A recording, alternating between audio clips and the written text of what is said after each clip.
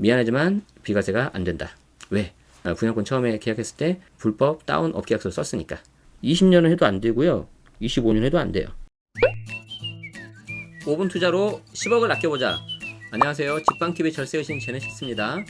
제가 수많은 세금 강의를 하다 보면 꼭 이렇게 질문하신 분들이 계세요. 제네시스님, 이번에 제가 분양권 전매를 하려는데 조금 낮춰서 써도 신고해도 되겠죠? 옆에서 다 하던데. 한마디만 말씀드리자면 큰일 납니다. 하지 마세요. 절대 하지 마세요. 본인도 모르는 사이에 불법을 저지를 수가 있고요. 더 중요한 건 뭐냐면 관련된 세제 혜택을 하나도 못 받을 수가 있어요. 잘 모르는 상태에서 좀 부득이하게 그렇게 될 수가 있는데 한번 어떤 내용인지 보겠습니다. 여러분들이 세금을 줄이려는 거는 누구나 갖고 있는 욕망 중에 하나예요. 합법적으로 하셔야 되겠죠. 합법적으로 세금을 줄이려면 어떻게 해야 되느냐? 가장 중요한 게 비용입니다. 비용. 왼쪽에 있는 표는 양도소득세 계산하는 과정이고요. 오른쪽은 이제 사업소득 계산하는 과정인데 모두 다 중간에 경비가 있어요. 이 경비를 어떻게든 많이 받아야지 여기 차익이 줄어들고 소득 금액도 줄어들고 그 결과 과표가 줄어들어서 세금 자체가 이제 줄어들 수가 있는 거죠. 여기까지는 여러분들이 잘 아세요. 자, 근데 문제가 뭐냐면은 비용이라고 모두 인정되는 게 아닙니다. 우리가 보고 있는 양도소득세 필요경비 그리고 사업소득 필요경비 이 녀석에 대한 공통점 이렇게 세 가지 정도가 있는데 첫 번째, 법에서 인정한 것만 인정이 돼요. 모든 비용이 인정되는 건 아니다.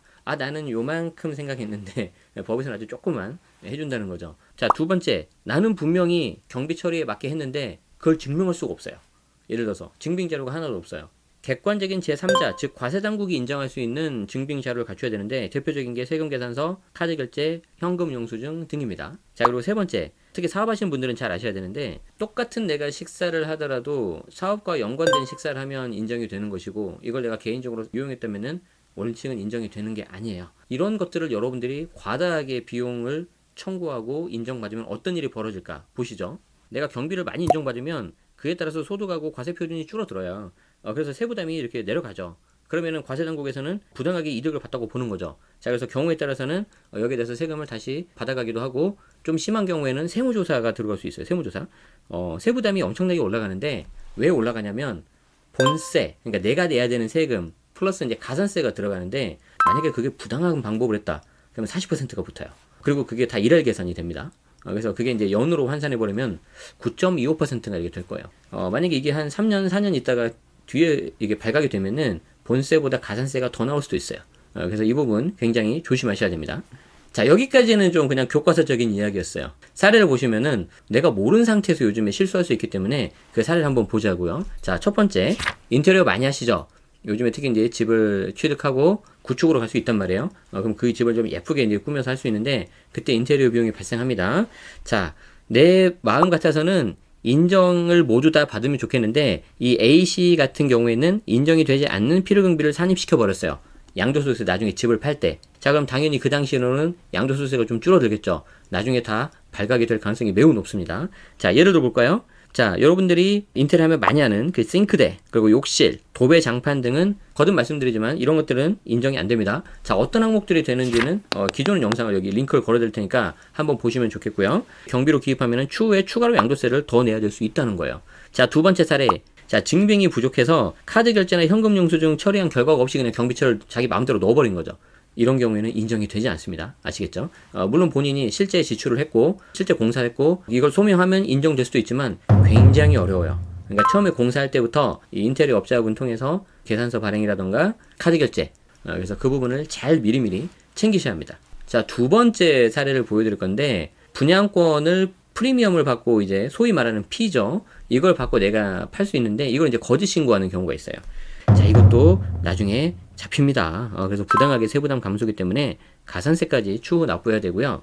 자, 네 번째 사례 많이들 모르시더라고요. 프리미엄을 주고 사는데 뭐 불법 다운 혹은 업계약서를 쓰는 거예요. 이게 나중에 했는데 이게 걸린 거예요. 말 그대로 조사가 나와서 분양권을 판 매도자 그리고 산 나 매수자 둘 다 과태료 나오고 처벌을 받는데 이제 어떤 분이 이거를 이제 여기 이제 D분 같은 경우에 이분이 이제 어차피 난 새 집이고 이렇게 한번 걸려보니까 정말 이제 좀 지긋지긋하다 이제 부동산. 그래서 나는 그냥 이 집에서 오래오래 행복하게 살아서 나중에 비과세 받아야겠다라고 생각들 하시겠죠. 미안하지만 비과세가 안 된다. 왜? 분양권 처음에 계약했을 때 불법 다운 업계약서를 썼으니까. 20년은 해도 안 되고요. 25년 해도 안 돼요. 그래서 굉장히 이걸 쉽게 생각하시는 분들이 있어요. 분양권은 분양권이고 주택은 주택이니까. 그렇지만 그 뒤에까지 비과세가 안 된다는 거 꼭 알아두시기 바랍니다.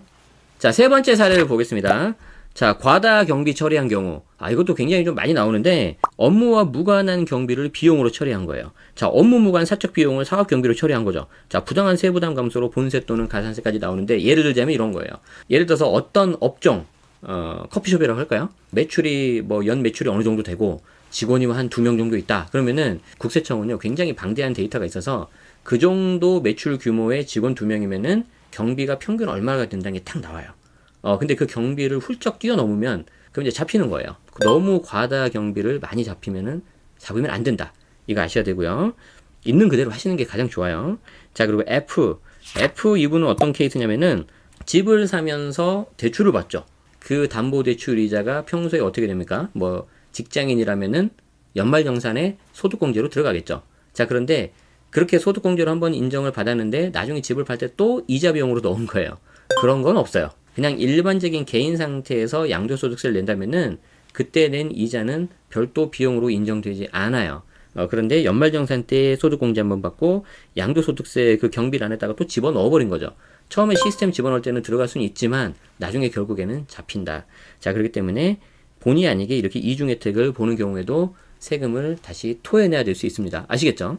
자, 이 외에도 굉장히 많이 있어요. 아마 그 사례만 계속 쭉 하더라도 우리 절세의신 한 100화 정도를 만들 수도 있을 것 같다. 그렇지만 이제 여러분들이 그러시면 좀 너무 좀 힘들 수도 있고, 우리 그때그때 다른 이야기를 하게 되기 때문에 제가 요령을 몇 가지 알려드릴게요.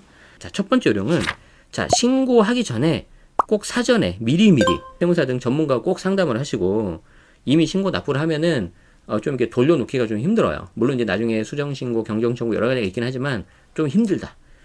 그리고 이제 방금 말씀드린 것처럼 만약에 내가 잘못 신고해서 부당하게 내가 세금을 좀 줄였다 그러면은 내가 자진납세하면 돼요. 이걸 좀 어려운 말로 수정신고라고 해요. 수정신고. 이 경우에도 좀 전문가의 도움, 세무사분의 도움을 받아서 같이 좀 하시면은 괜찮을 것 같아요. 쉽게 말해서 내가 잘못했으면은 빨리 자수하면 괜찮아요. 자, 세 번째, 굉장히 중요한데 세법이 너무 어렵고 좀 복잡하죠. 그리고 자주 바뀌죠. 이렇게 하면 비용이 좀 세금이 줄 것 같은데 미안하지만 안 된다고 생각하시면 돼요. 안 된다고. 사람 생각은 다 비슷하기 때문에 여러분들이 생각하시는 건 이미 우리 앞에서, 특히 그 방법이 부당한 경우에는 세무당국에서, 과세당국에서 그걸 다 막아놨어요. 그냥 웬만하면 안 된다고 보시면 돼요. 자, 그래서 차라리 불리하게 생각하는 게 맞다. 이렇게 말씀들을 하실 수 있을 것 같아요. 잊지 마세요. 헷갈리면 불리한 게 맞다. 나한테. 이렇게 생각을 하시고 세무사 등 전문가를 찾아가셔서 조력을 받으시는 게 가장 좋을 것 같습니다. 자, 오늘 사례 어떠셨나요? 굉장히 알게 모르게 되는 거라고 생각을 했는데 이거 인정받으면은 비용 처리가 안 돼서 세금을 오히려 내가 부당하게 감소받았기 때문에 나중에 이거를 가산세까지 토해내야 될 수 있다.